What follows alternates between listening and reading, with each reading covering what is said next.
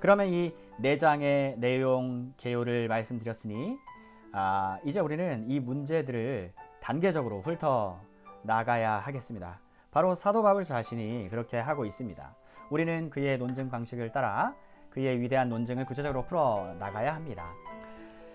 사도는 1절과 2절에서 이신칭의가 한꺼번에 세 가지 일을 했다고 말해 줍니다. 그것은 우리에게 하나님과의 화평을 가져다 줍니다.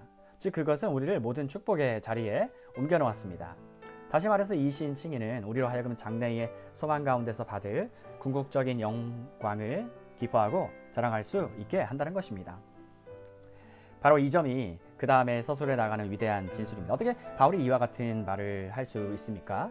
1절에서 그는 칭의의 첫째 결과를 다룹니다. 믿음으로 말미암아 의롭다함을 얻었으니 믿음으로 말미암아 의롭다 여김을 받았으니 우리가 우리 주 예수 그리스도로 말미암아 하나님과 화평함을 누린다고 할 수 있습니다. 우리는 잠시도 멈추어서는 안 됩니다. 여러분은 사도가 우리 주 예수 그리스도로 말미암아 라는 것을 다시 언급한다는 사실을 주목하십시오. 로마서 1장부터 4장에서 이 점을 얼마나 여러 번 말했던가요? 사도는 계속해서 우리 주님의 이름을 제시하여 그분의 죽음과 부활을 우리들에게 상기시켜주고 있습니다. 4장 마지막에서도 꼭 그리하였습니다.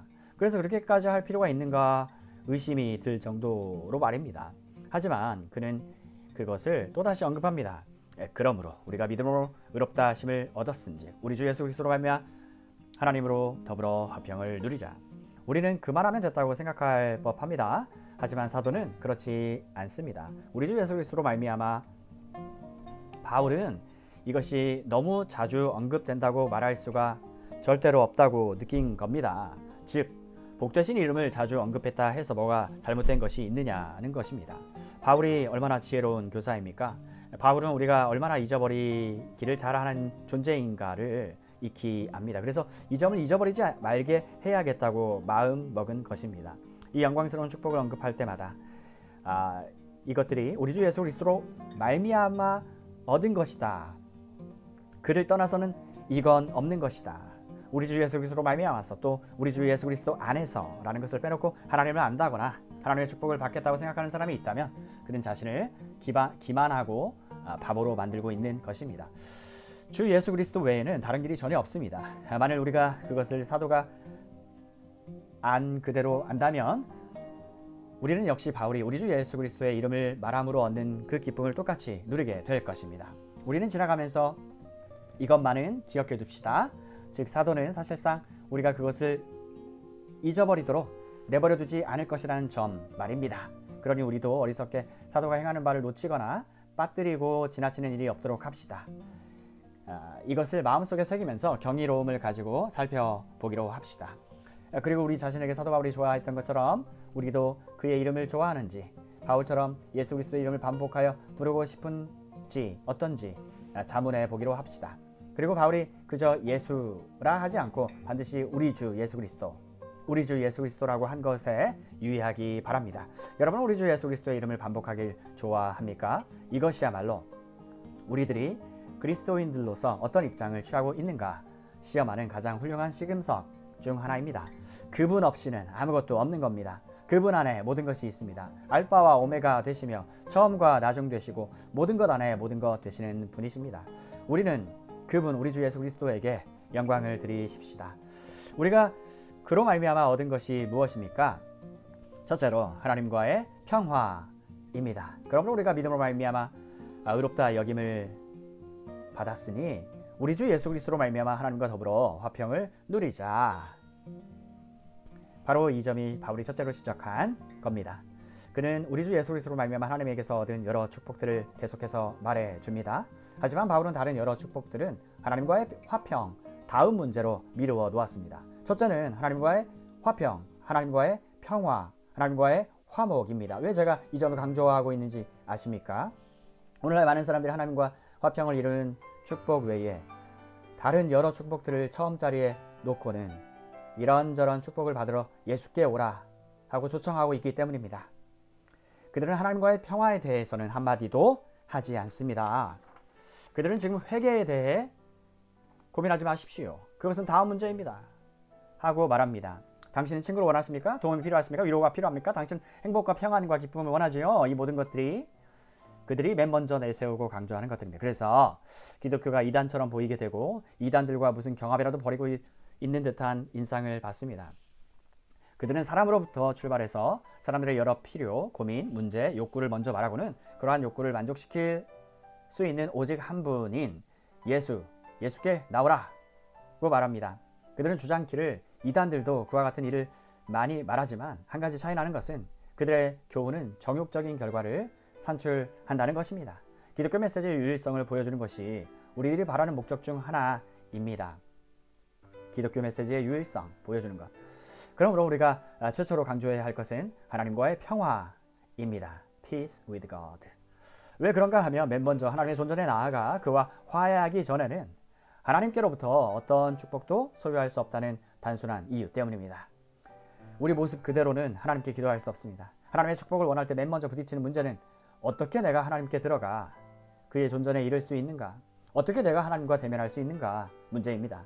영국 여왕으로부터 어떤 은혜를 입고 싶다면 먼저 생각해야 할 문제는 내가 어떻게 버킹엄 궁전에 들어갈 수 있는가? 그런 다음에 인정을 받아야 하는데 승인, 그 다음에는 내가 어떻게 이 위대한 인물과 접촉하느냐입니다. 이것과 똑같은 일입니다. 그러면서도 하나님에게 나오는 축복을 갈망할 때는 이 점은 전혀 걱정하지 않습니다. 우리는 하나님께 가서 우리가 원하는 것을 모두 다 즉석에서 얻기를 바랍니다. 그러나 이것은 가능한 일이 아닙니다. 모든 축복은 우리 주 예수 그리스도로 말미암아 오는 것입니다. 그러니 우리는 먼저 하나님과 화평해야 합니다. 제가 말씀드린 바를 예를 들어 설명하면 다음과 같습니다. 여러분 요한복음 9장에 나오는 소경을 낫게 한 사건을 기억하십니다. 이 소경은 매우 의미심장한 말을 했습니다. 그것은 많은 현대 전도자들이 망각하고 있는 점인 것 같습니다. 그가 고침을 받은 후에 권세자들은 맨 먼저 그에게 자기가 고침을 받은 것이 전혀 아니라는 말을 하도록 설득했습니다. 하지만 그들은 그 사람이 소경이었는데 지금은 보게 되었다는 것을 인정해야만 하자 그에게 이런 일을 행한 자는 죄인이다 이렇게 우겨댔습니다. 이 사람은 아주 심오한 대답을 한마디 합니다. 하나님은 죄인을 듣지 않으십니다. 하나님은 죄인을 듣지 않으십니다. 이 사람의 의도는 주님이 자기에게 행한 걸로 봐서 주님이 죄인일 리 없음을 입증한다는 것입니다. 이런 의미에서 그는 옳았습니다. 하나님께서는 죄인을 들으실 수 없습니다. 죄인이 맨 먼저 발견해야 할 사항은 하나님께 돌아가는 길입니다. 어떻게 하면 하나님께 나아갈 수 있습니까? 그런 길 때문에 우리는 하나님과의 화평부터 시작합니다. 어떤 축복을 생각하기 전에 우리가 늘 생각해야 하는 것은 하나님 앞에서의 우리의 신분, 우리의 위치입니다. 어떻게 이 점을 망각할 수 있는지 정말 이해 가지 않습니다. 우리 모두는 축복과 이 생에 있어서의 우리 장래에 관심이 있습니다. 하지만 우리는 내일 내가 살아있지 않을지도 모른다는 것을 인식함으로부터 출발을 해야 합니다. 축복을 추구한다고 나쁠 것은 없습니다. 그리고 그러한 영광스러운 축복을 주시는 데 대해 하나님께 감사해야 합니다. 하지만 축복부터 시작하는 사람은 바보입니다. 왜냐하면 그가 찾고 있는 축복을 누릴 입장이 돼 있지 않을지도 모르기 때문입니다. 우리의 모든 처지는 불확실합니다. 야고보가 상기시켜주는 바와 같이 여러분의 인생은 안개에 불과합니다. 문제는 하나님 앞에서 우리의 위치, 하나님과의 관계입니다. 이런 모든 이유를 살펴볼 때 이 점에서부터 우린 출발해야 합니다. 내가 축복받았을 때 어떻게 해야 할까를 생각하기 전에 내가 갑자기 죽어서 하나님 앞 심판대에 설 수도 있는데 그러면 어떻게 하나 하는 이 문제를 분명히 인식해야 한다는 말씀입니다. 그래서 저는 이전부터 출발해야겠습니다. 이 모든 이유에서 첫 번째 문제는 나와 하나님과의 관계입니다. 나와 하나님과의 관계. 그 외의 모든 것들은 다음 문제입니다. 그것에 의존해 있는 겁니다. 이 점에 대해 우린 명확합니까? 기독교 복음의 첫째 임무는 우리에게 축복을 주는 게 아닙니다. 나는 복음의 제1 목적을 강조합니다. 복음의 제1차적 기능은 우리를 하나님과 화해시키는 일입니다. 우리를 하나님께 인도하는 일입니다. 우리가 하나님께 축복을 요구할 수 있고 하나님께 우리를 축복하실 수 있는 처지로 우리를 들여놓는 일입니다. 이보다 우선한 일은 아무것도 없습니다. 회심의 문제가 아니며 죄의식을 가지고 있는지 죄 용서함을 받을 필요를 느끼든지 간에 이것은 문제가 아니고 오직 하나 있는 모습 그대로 예수께 나아오라고 가르치는 이 모든 교훈들은 비성경적입니다. 또 이것은 정말 비논리적입니다. 여러분은 크리스천 사이언스 교훈이나 적극적인 사고방식의 결과로 자리에 눕는 대로 포근히 잠들 수 있습니다. 모든 걱정 잊어버리고 더 이상 근심하지 않을 수도 있습니다. 그러한 가르침을 추종함으로 비참하게 기만당하는 것은 그 교훈들이 모든 것 중에서 가장 치명적인 문제들에 대해서는 여러분에게 아무런 도움을 주지 못하는다 있습니다. 정말 그 교훈들은 치명적인 문제를 폐쇄시키고 그것을 망각하도록 충동질하는 것입니다. 여러분이 갑자기 죽는다고 할 때 이런 것은 여러분에게 도움이 되지 않습니다. 심판날의 이 교훈은 여러분에게 아무런 도움을 주지 못할 겁니다. 거짓된 평화의식 속으로 찾아 들어가서 실제적인 상태는 전보다 더 나쁘게 됩니다. 왜냐하면 여러분이 필요하다고 생각하던 모든 것을 더 이상 추구하지 않게 될 것이기 때문입니다. 이 얼마나 위험천만한 일입니까? 성경에 진술된 차서를 알아보지 않고 그 순서를 바꾸어 버리다니요. 믿음으로 의롭다함을 받은 첫째 결과는 주 예수 그리스도로 말미암아 하나님과 더불어 화평을 누리는 것입니다. 이 본문 말씀을 살펴봅시다. 제가 시도하고 있는 문제에 대해 흠정역과 개정역 RV 사이에는 차이가 있습니다. 개정역에는 그러므로 우리가 믿음으로 말미암아 의롭다함을 얻었으니 주 예수 그리스도로 말미암아 하나님과 더불어 화평을 누리자. 흠정역 즉 킹제임스는 화평을 누리자 Let us have peace로 되어 있지 않고 우리가 화평을 누린다. We have peace. 이미 이 peace, 화평을 가지고 있다는 것입니다. 이런 차이는 신약의 고대 사본들에 기인합니다. 몇몇 사본은 화평을 누리자로 되어 있고 다른 것들은 화평을 누린다. 이미 누리고 있다. 로 되어 있습니다. 하지만 문맥상의 숙고를 해보면 분명히 여기에는 실질상의 문제가 없습니다. 사도가 여기서 말하려는 것이 무엇입니까? 제 의견이지만 이미 말씀드렸습니다. 사도는 우리의 완전하고 최종적인 구원의 확실성, 우리의 완전하고 최종적인 구원의 확실성을 상기시켜주고 있습니다. 이게 옳다면 그는 확실히 우리더러 하나님과 화평을 누리라고 권유하고 있는 게 아닙니다. 이미 우리가 그것을 누리고 있다. 바로 이 점을 상기시켜주고 있는 것입니다. 사도는 계속하여 다음 절에서 또 그로 말미암아 우리가 은혜에 들어감을 얻었으며 하였습니다. 이 번역은 옳은 번역입니다. We have had our access. 우리는 이미 하나님과의 화평을 가지고 있습니다. 이것은 권면이 아니고 다만 우리가 이미 소유하고 있는 것을 깨달으라 명하고 있는 것뿐입니다. 이 점에서 표준 개역 성경 RSV는 흠정역과 일치하고 있습니다. 전체 본문 논증의 방향과 논증 주제를 생각해 볼 때 이렇게 하는 것이 확실히 옳습니다. 이것은 권면이 아닙니다. 권면이 아닌 것을 하나님께 감사합시다. 이것이 이미 우리가 가지고 있는 것을 알게 해주는 것이다. 이것을 기뻐하도록 하는 사도 바울의 방법 말입니다. 하나님과의 평화 내지 하나님과의 화평이란 말은 무엇을 뜻합니까? 부정적인 면부터 생각해 보기로 합시다. 여기서 생각하는 것은 그저 단순한 화평이 아니고 하나님과 더불어 화평입니다. 세상은 화평에서 떠나 있습니다. 사람들은 비참하고 불행하며 그들이 추구하고 갈망하는 것은 마음의 평화입니다. 그들은 혼란과 불행에 빠져 있습니다. 그들은 평화를 얻는다면 어떻게 얻을 수 있는가에 대해서 그렇게 많은 주의를 하지 않습니다. 어떤 이는 술을 마시고 어떤 이는 마약을 복용합니다. 어떤 이는 쾌락에 어떤 이는 이단에 빠집니다. 이처럼 그들 모두는 평화 내지 평안을 얻으려 안간힘을 닫습니다. 바울은 말합니다. 그런 것은 어디에 기독교 복음이 역사하든지 간에 여러분의 제1 되는 필요가 아닙니다. 여러분에게 필요한 것은 하나님과의 화평입니다. 하나님과의 평화. 여러분이 이 평화를 얻는 것은 오직 이신칭의를 방편으로 해서만 되는 겁니다. 기독교에는 신경과민이나 여러 다른 질병의 종식을 고하는 많은 매개체들 중 하나로 그들과 어깨를 겨루고 있는 게 아닙니다. 신학이나 교리나 하나님의 영원한 진리가 관심을 가지는 것은 그저 단순한 평화가 아니라 하나님과의 평화입니다. 두 번째의 부정적인 면은 가장 중요한 것입니다. 바울이 말하는 바는 우리가 하나님의 평화를 가지고 있다는 것이 아니라 peace of God, 하나님과의 평화입니다. peace with God를 가지고 있는 것입니다. 빌립보서 4장 6절 7절을 보면 이 차이를 알 수 있습니다. 아무것도 염려하지 말고 오직 모든 일에 기도와 간구로 너희 구할 것을 감사함으로 하나님께 아뢰라. 그러면 모든 지각이 뛰어난 하나님의 평강이 그리스도 예수 안에서 너희 마음에 과 생각을 지키시리라. 제가 강조하고 있는 것은 하나님의 평화가 여기서 다루어지고 있지 않다입니다. 로마서 5장에서 말입니다. 여기서 다루어지는 것은 하나님과의 평화입니다. Peace with God 또는 Right with God.